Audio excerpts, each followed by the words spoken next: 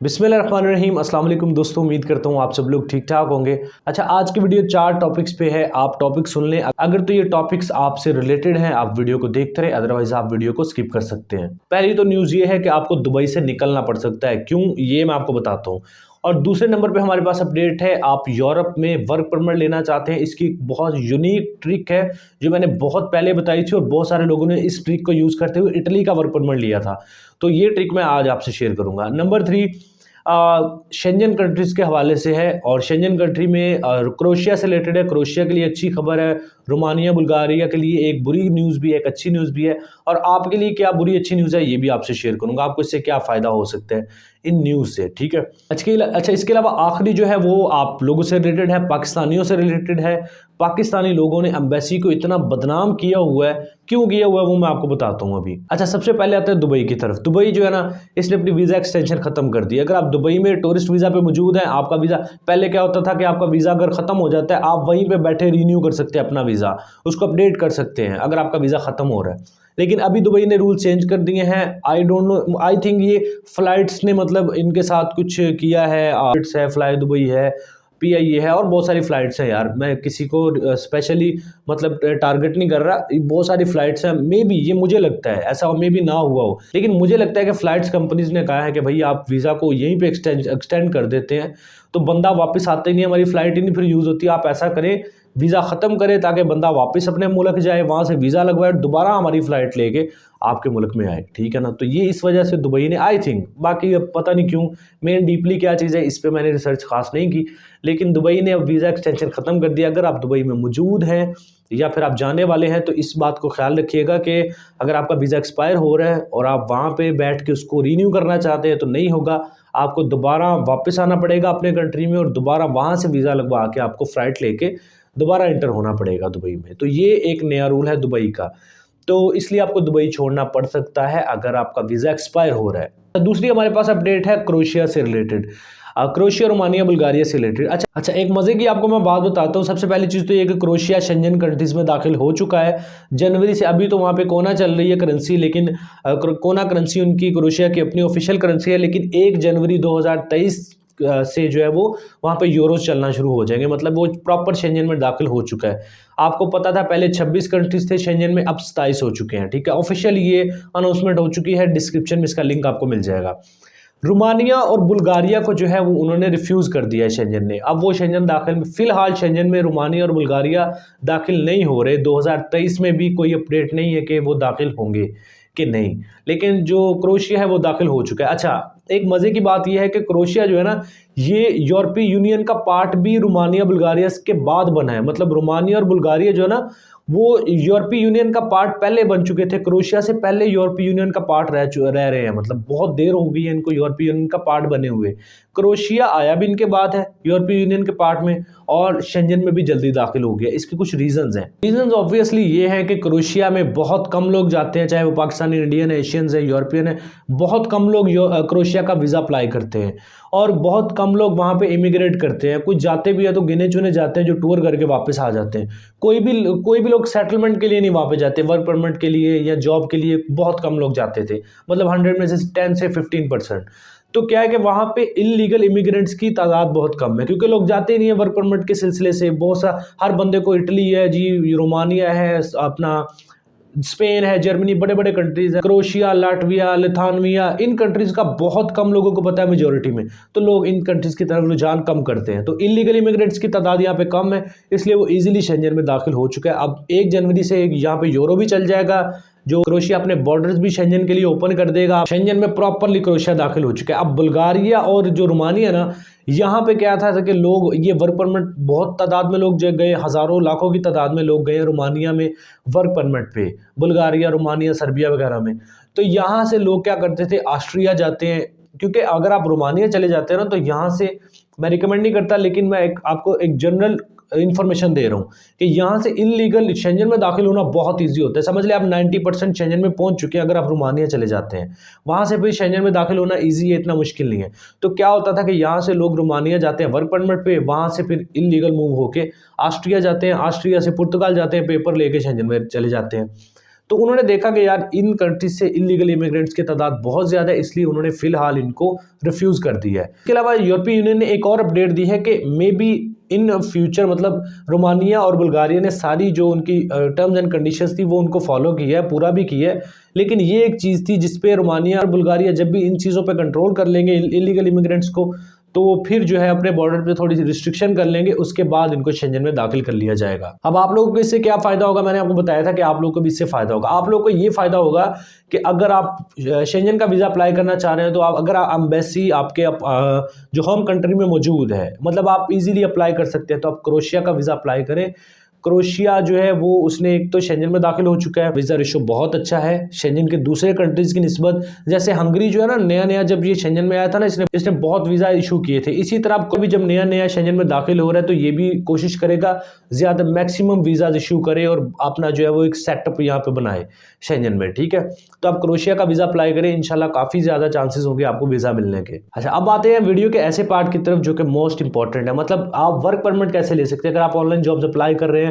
अच्छा, हुआ क्या, इटली का जब सीजनल वीज़ा आया ना, तो बहुत सारे लोगों ने इटली के सीजनल वीज़ा में हमारे ज़रिए अप्लाई करवाया, कुछ लोगों ने खुद अप्लाई किया। हमारे बहुत सारे क्लाइंट्स इटली सीजनल वीज़ा पे पिछले साल गए भी वहाँ पे, और उन्होंने एक तरीका फॉलो किया जो मैंने तब जब इटली का सीजनल वीज़ा लॉन्च हुआ था ना पिछले साल जब इटली का सीजनल वीज़ा शुरू हुआ था, तो मैंने तब आपको ये जो इन्फॉर्मेशन प्रोवाइड करने लगो ना, ये मैंने तब आपको बताया था कि यार इस तरीक़ों को यूज़ करें तो इंशाल्लाह आपको रिस्पॉन्स आएगा, और बहुत सारे लोगों को आया था।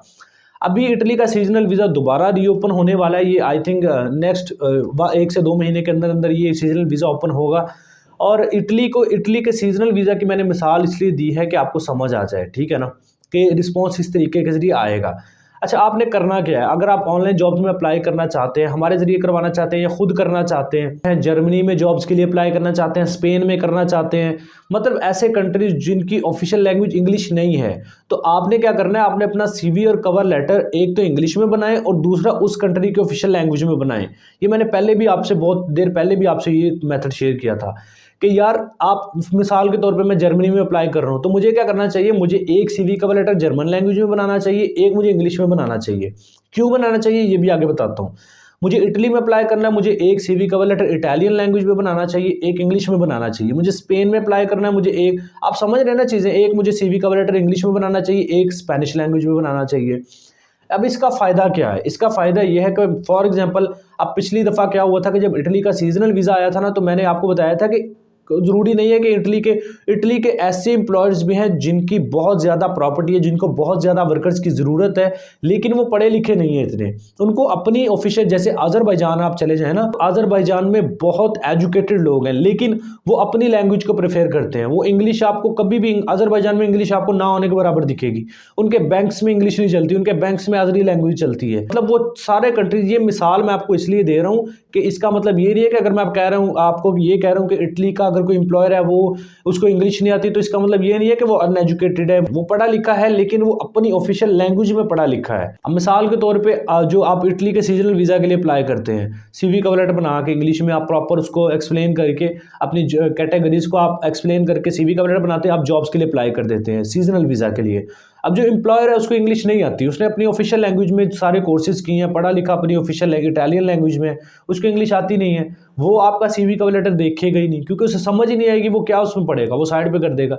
लेकिन आपने क्या करना है, आप उसको इंग्लिश में भी भेजें, इटालियन लैंग्वेज में भी भेजेंगे। इससे फ़ायदा ये होगा, अगर तो उसे इंग्लिश आती है तो वो आपका इंग्लिश वाला CV कवर लेटर देख लेगा, अगर उसे इंग्लिश नहीं आती, उसे अपनी ऑफिशियल लैंग्वेज ही आती है, तो वो आपका इटालियन CV कवर लेटर देख के भी समझ जाएगा कि आपकी क्या क्वालिफिकेशन है, आपका क्या एक्सपीरियंस है, आप उसके काम आएंगे कि नहीं, ठीक है ना।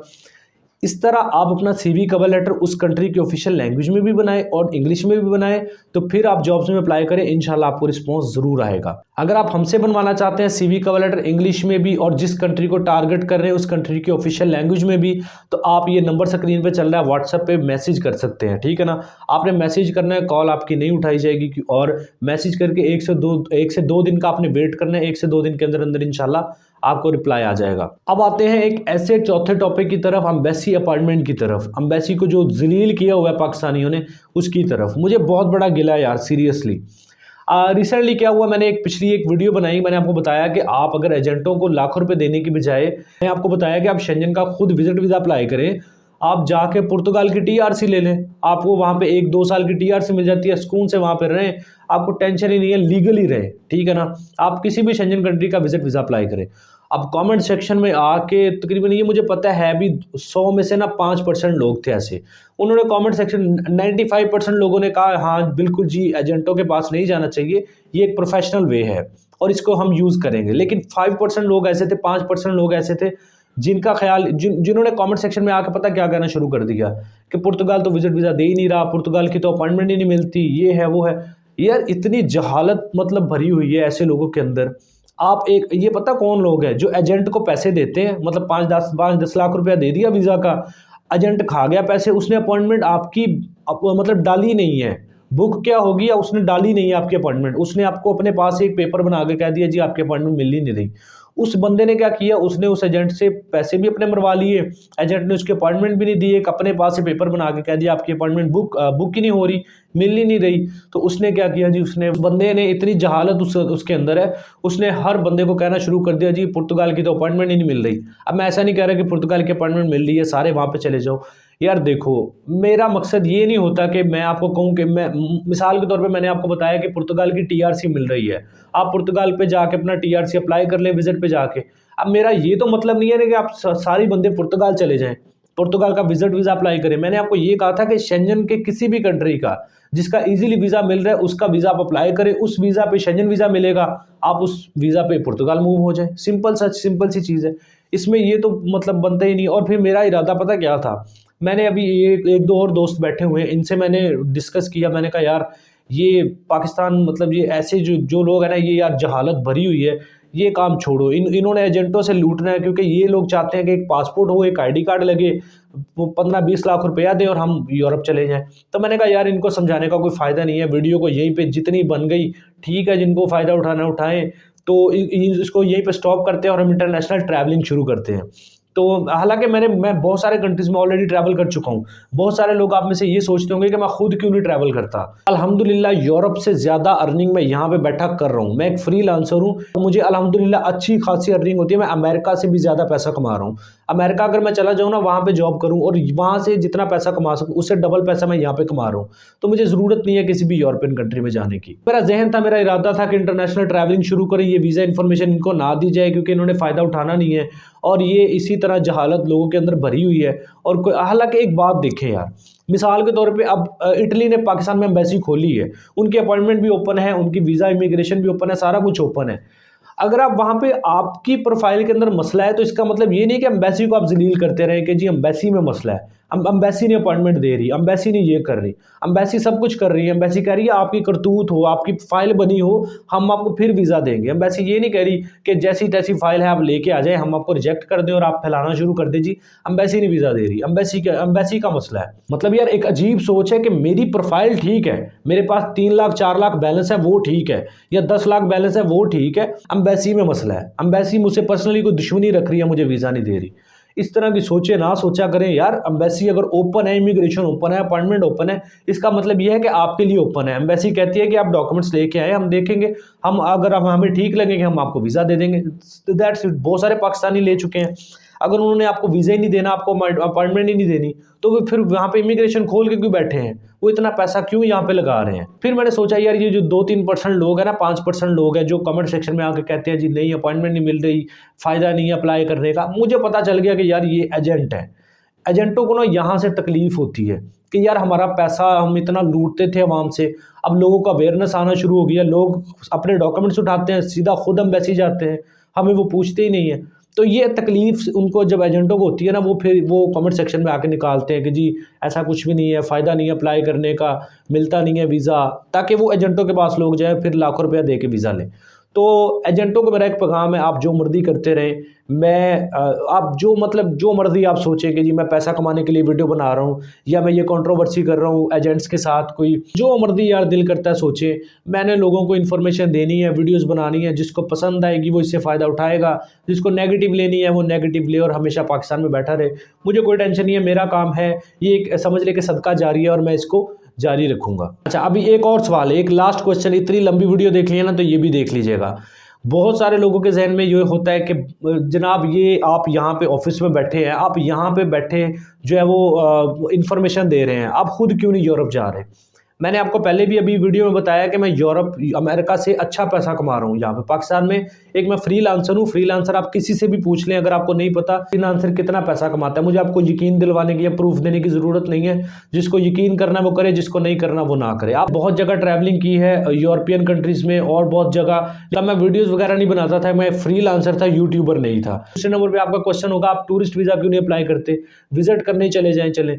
तो देखो यार, पहली चीज़ तो ये कि एक फ्रीलांसर जो होता है ना, उसको इतना भी टाइम नहीं मिलता कि वो अपने लिए खाना सही तरह खा सके। तो मैं कैसे अपना इतना काम छोड़ के, मुझे यहाँ पे लाखों का नुकसान हो जाएगा अगर मैं वहाँ पे घूमने फिरने चला जाऊँ, पहली चीज़। दूसरी चीज़ कि मुझे भी एम्बेसी ये नहीं कहेगी कि तुम फ्रीलांसर हो, तुम वीज़ा की इन्फॉर्मेशन देते हो, तुम्हारे पास बहुत एक्सपीरियंस है, हम तुम्हें वीज़ा दे देंगे। एम्बेसी मुझे भी यही कहेगी कि अपने डॉक्यूमेंट्स लेके आओ, हम देखेंगे फिर वीज़ा देंगे। और मेरा वीज़ा रिजेक्ट भी हो सकता है, ऐसा नहीं है कि मेरा वीज़ा जो है वो रिजेक्ट नहीं हो सकता। मेरा पर्सनली अपना वीज़ा भी रिजेक्ट हो सकता है भाई। इमिग्रेशन कुछ भी कर सकती है। इसलिए विजिट वगैरह कहीं जल्दी नहीं करता, क्योंकि मुझे डॉक्यूमेंट्स पे टाइम स्पेंड करना पड़ेगा, डॉक्यूमेंट्स मेंटेन करने पड़ेंगे, उस पर मुझे 1-2 महीने 3 महीने लग जाएंगे और उसके बाद मुझे अप्लाई करना पड़ेगा। फिर मुझे अगर मिलता है तो मुझे जाना पड़ेगा, 3-4 महीने मेरे फिर विजिट पे चले जाते हैं। और उससे बेहतर है कि मैं पाकिस्तान में बैठ के अपना काम करूं और जो मेरा पैसा अच्छा खासा अल्हम्दुलिल्लाह अल्लाह का शुक्र है मैं कमा रहा हूँ, वो मैं यहाँ पे बैठ के कमाता रहूँ। बाकी यार एजेंटों का भी भला हो, सबका भला हो। आपको वीडियो पसंद आई है तो आप लाइक करें, चैनल पे पहली दफ़ा एवरी यूट्यूब चैनल को सब्सक्राइब करके बेल आइकन प्रेस करें। अपना बहुत सारा ख्याल रखें। मिलते हैं नेक्स्ट वीडियो में। टेक केयर, अल्लाह हाफिज़।